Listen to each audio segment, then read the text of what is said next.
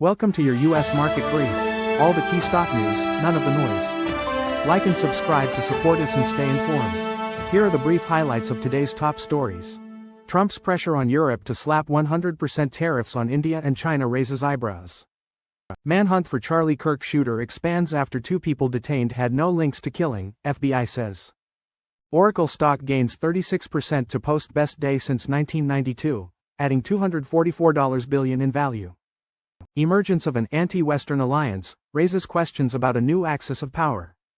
Here's why Jim Cramer thinks red-hot IPO Klarna is still a buy at these levels. Stock benchmarks are scaling record highs, animal spirits are soaring. Luxury brands bet on $160 lipsticks and $1,400 accessories to combat industry slump. CNBC's The China Connection newsletter, a rival AI strategy. Former Milwaukee Bucks owner Marc Lasry says he doesn't believe LA Clippers owner Steve Ballmer circumvented salary cap. Amazon's Zoox jumps into U.S. robotaxi race with Las Vegas launch. Opendoor taps new CEO and names Keith Rabois chairman, boosting stock 30%. We're raising our Nvidia price target, plus, reports on Oracle's big new customer. Jim Cramer reflects on 30 years of Squawk Box. Klarna's stock jumps 15% in NYSE debut after pricing IPO above range. Boeing reaches tentative labor deal with striking defense workers. Now, let's dive deeper into the details. Reports indicate former President Donald Trump asked the European Union to impose significant tariffs on China and India for their Russian oil purchases.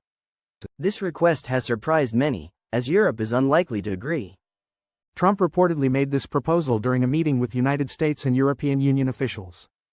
He suggested tariffs of up to 100%. The United States was reportedly prepared to match any tariffs imposed by Europe. A European Commission spokesperson declined to comment on the meeting details.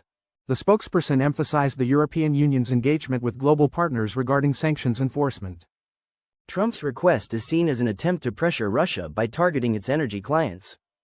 The manhunt for Charlie Kirk's killer widened after 2 detained individuals were released. The Federal Bureau of Investigation confirmed they had no connection to the assassination. Kirk was killed while addressing a large crowd at Utah Valley University. George Zinn and Zachariah Qureshi were briefly held but later cleared of involvement. The Utah Department of Public Safety is processing multiple crime scenes. The gunman fired from a campus building 200 yards away, hitting Kirk in the neck. Kirk was later pronounced dead at a local hospital. President Donald Trump and Utah Governor Spencer Cox condemned the killing. Oracle stock surged nearly 36% on Wednesday following impressive cloud demand figures. This historic gain marks the company's best day since 1992. The cloud giant achieved an all-time high. Oracle added $244 billion to its market capitalization, reaching $922 billion. The company reported $455 billion in remaining performance obligations.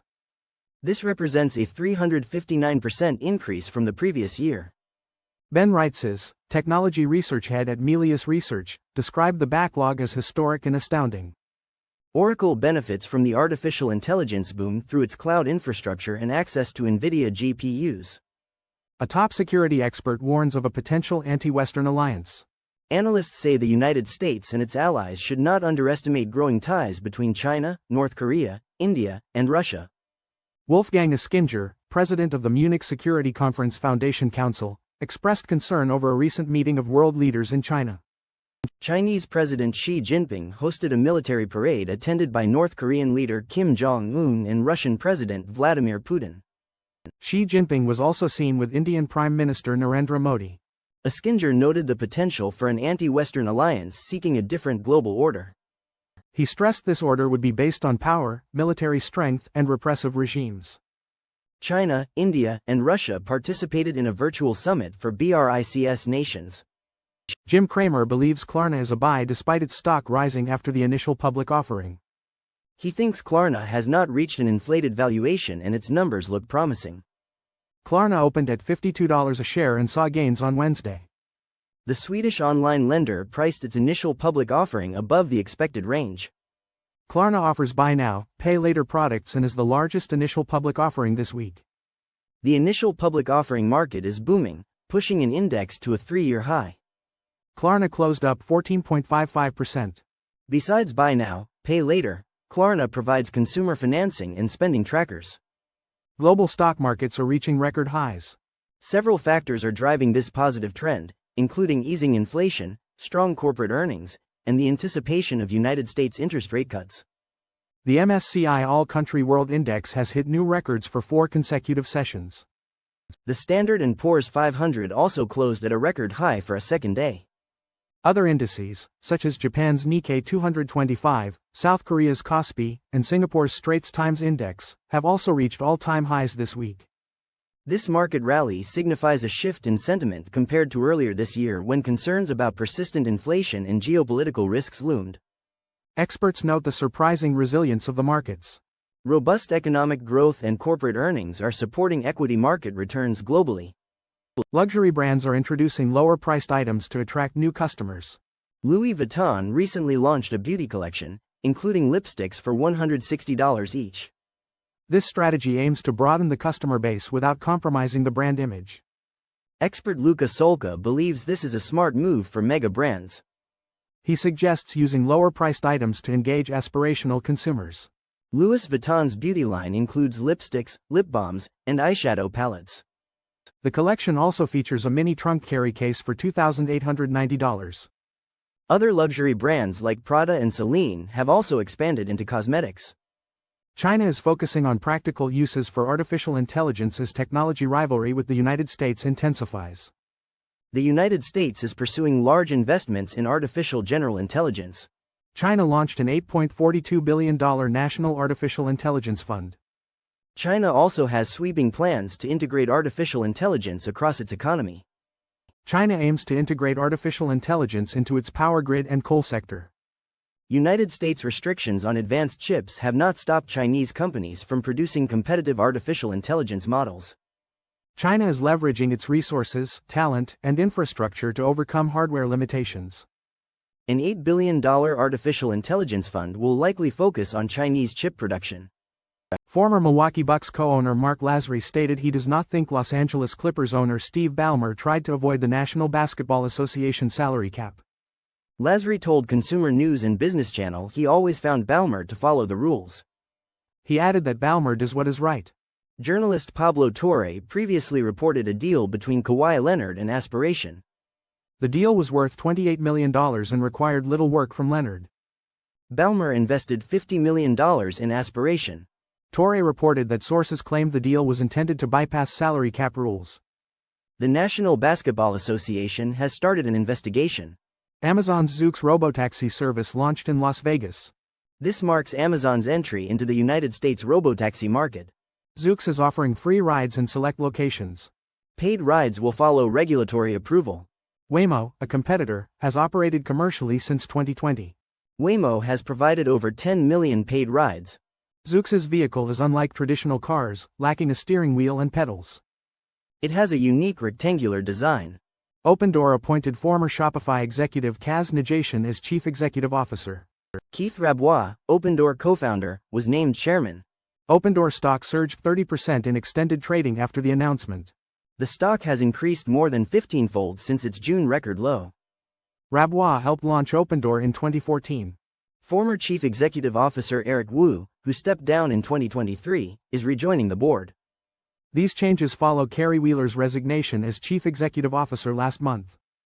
Wheeler faced pressure from investors including Rabois and hedge fund manager Eric Jackson. The Standard & Poor's 500 hit a new record high on Wednesday. Technology and artificial intelligence infrastructure stocks led the gains. Bond yields dipped slightly after the August Producer Price Index declined. The Federal Reserve is likely to cut interest rates next week. Netflix and Amazon partnered to offer advertisers access to Netflix inventory.